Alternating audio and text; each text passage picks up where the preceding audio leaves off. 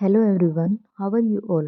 I hope you all are doing well and this is our class 1 for operating system. अब शुरू करते हैं हम ऑपरेटिंग सिस्टम के बारे में। आज के लेक्चर में हम क्या क्या पढ़ेंगे, कंटेंट कौन कौन सा होगा हमारा, ऑपरेटिंग सिस्टम को डिफाइन करेंगे, स्ट्रक्चर ऑपरेटिंग सिस्टम के देखेंगे और फंक्शंस ऑफ ऑपरेटिंग सिस्टम देखेंगे। सबसे पहले अगर हम ऑपरेटिंग सिस्टम की बात करें तो ऑपरेटिंग सिस्टम क्या है? Operating system can be defined as interface between user and hardware।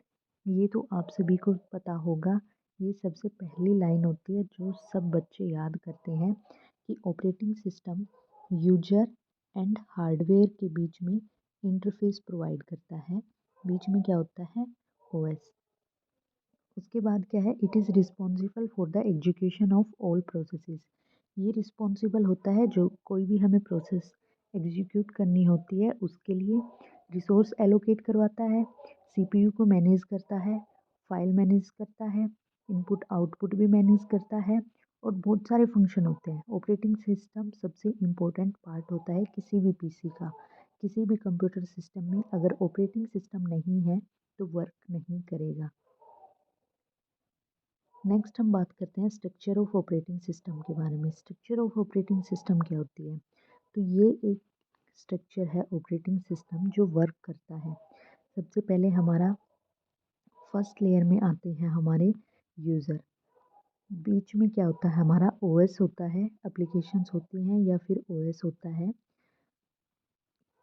और ये इंटरफेस प्रोवाइड करता है हार्डवेयर से, राइट। अगर हम बात करें यूज़र्स में तो यूज़र किस किस तरह के हो सकते हैं? नॉर्मल यूज़र्स हम जैसे जो हम नॉर्मल पीसी यूज़ कर सकते हैं, हम नॉर्मल यूज़र्स हो सकते हैं। एडमिनिस्ट्रेटर्स हो सकते हैं जो पीसीज को कंट्रोल करते हैं, उसमें क्या इंफॉर्मेशन डालनी है, क्या इंफॉर्मेशन नहीं डालनी, उन सब चीज़ों को कंट्रोल करते हैं एडमिनिस्ट्रेटर। एंड प्रोग्रामर्स जो प्रोग्राम्स क्रिएट करते हैं, जो सॉफ्टवेयर क्रिएट करते हैं वो होंगे प्रोग्रामर्स। उसके बाद ऑपरेटिंग सिस्टम की बात आती है। ऑपरेटिंग सिस्टम के अंदर बहुत ज़्यादा डिफरेंट डिफरेंट फंक्शनलिटीज़ होती हैं। जैसे कि अगर हम जीयूआई की बात करें, जीयूआई की फुल फॉर्म होती है ग्राफिकल यूज़र इंटरफेस। यहाँ पर पिक्चर्स की फॉर्म में या फिर वीडियो फाइल्स या ऑडियो फाइल्स या इमेजेस, ये सभी जीयूआई के अंदर आती हैं जो यूज़ होती हैं ओएस के अंदर। अगर हम कमांड लाइन इंटरफेस की बात करें, सीएलआई का मतलब है कमांड लाइन इंटरफेस। ये ओनली कमांड देंगे हम तभी वर्क करेगी। ये हमें जैसे हम माउस का यूज़ करके कोई भी आइकन सेलेक्ट करते हैं वो परफॉर्मेंस होती है जीयूआई के थ्रू।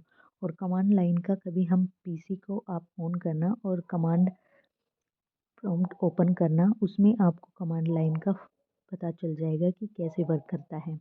उसके बाद यूटिलिटी ऐप्स आते हैं जो कि हमें ये एंटीवायरसेस होते हैं जो प्रोटेक्ट करते हैं किसी भी बग से, किसी भी वायरस से, तो प्रोटेक्ट करते हैं and utility apps.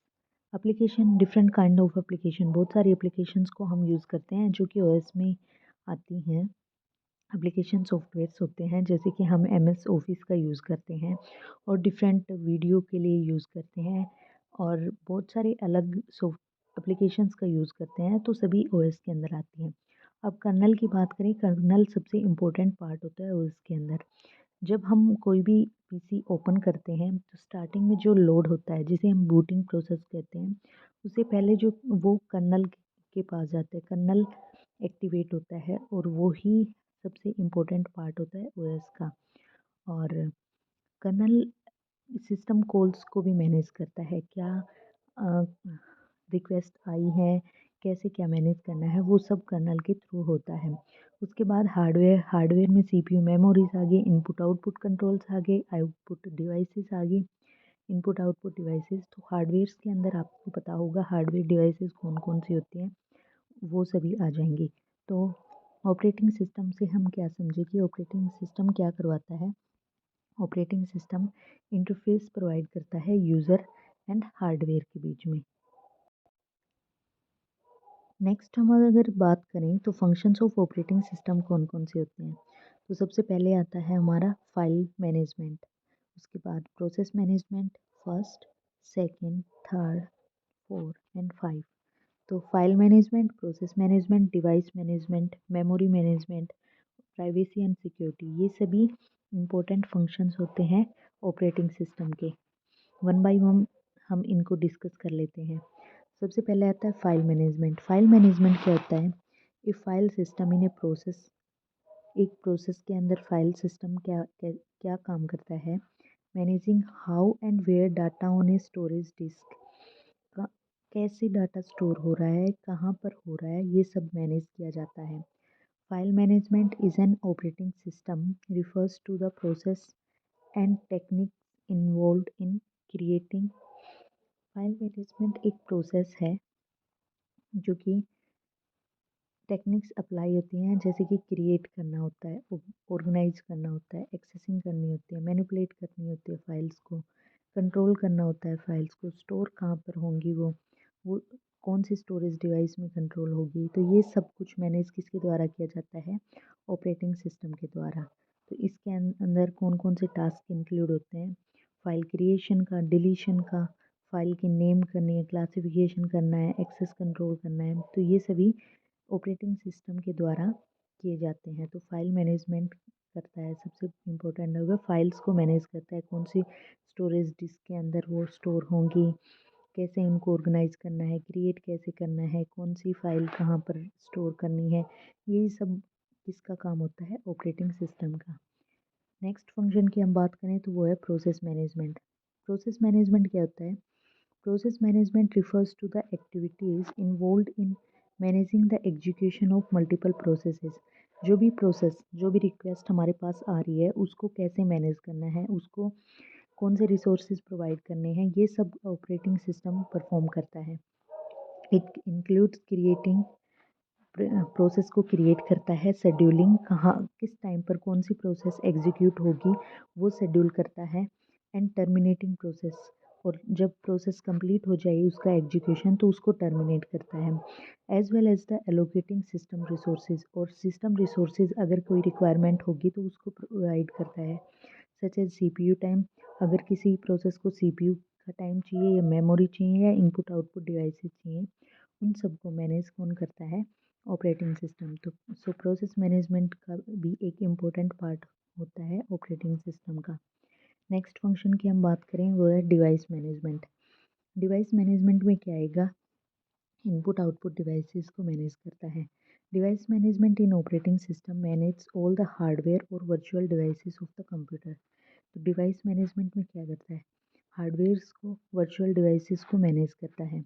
Device management system allocates input output devices, यही है, इनपुट आउटपुट डिवाइसेस को अलोकेट करता है टू द प्रोसेस। प्रोसेस को अगर रिक्वायरमेंट होगी, पीछे हमने पढ़ा प्रोसेस मैनेजमेंट, तो उसमें प्रोसेस को अगर डिवाइसेस की रिक्वायरमेंट होगी तो वो प्रोसेस मैनेजमेंट के द्वारा देखी जाएंगी। अगर डिवाइसेस किस कौन सी प्रोसेस को देनी है वो कौन मैनेज करेगा? Device management. अगर हमारे पास एक CPU है और हमारे पास मल्टीपल प्रोसेसेस आई हुई हैं, रिक्वेस्ट कर रही हैं, वो सेम सेम हार्डवेयर की है, CPU की, तो प्रोसेस मैनेजमेंट क्या करेगा कि इनमें से किसको CPU अलोकेट करवाना है उसकी रिक्वेस्ट देखेगा, और डिवाइस मैनेजमेंट ये चेक करेगा कि कौन सी process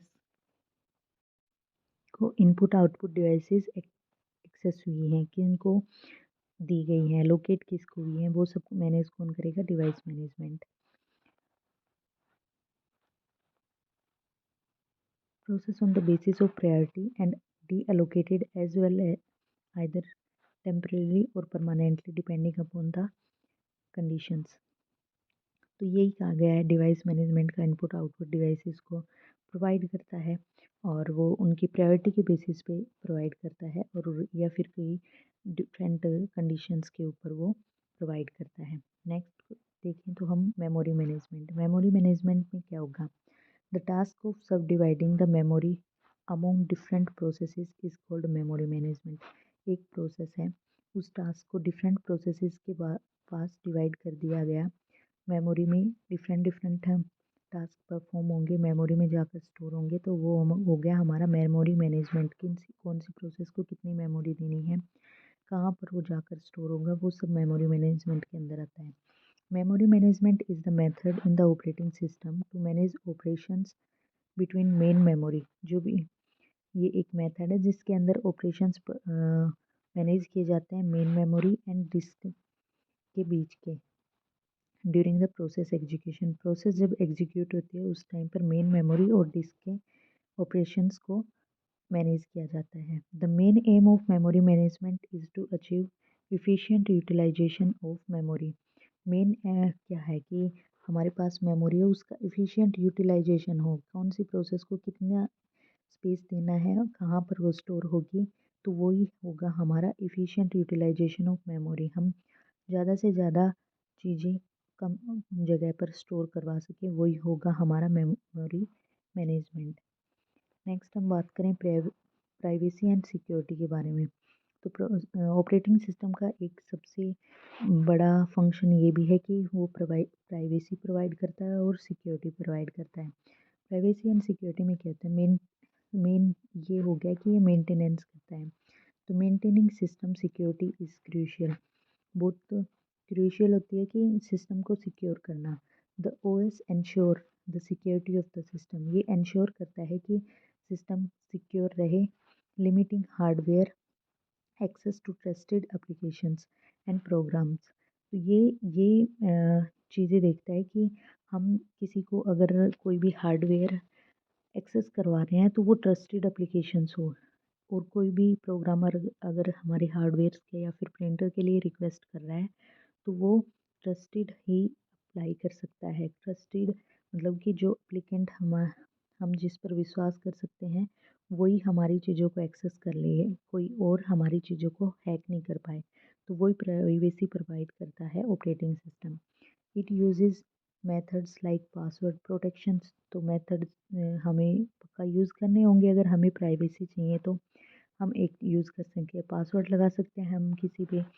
controlled user access to uphold privacy and data integrity, हम कंट्रोल कर सकते हैं कौन कौन यूज़र हमारी डाटा को एक्सेस कर सकता है कौन नहीं कर सकता है, तो इस बातों को हम कंट्रोल कर सकते हैं, पासवर्ड लगा सकते हैं। तो यही होता है प्राइवेसी एंड सिक्योरिटी।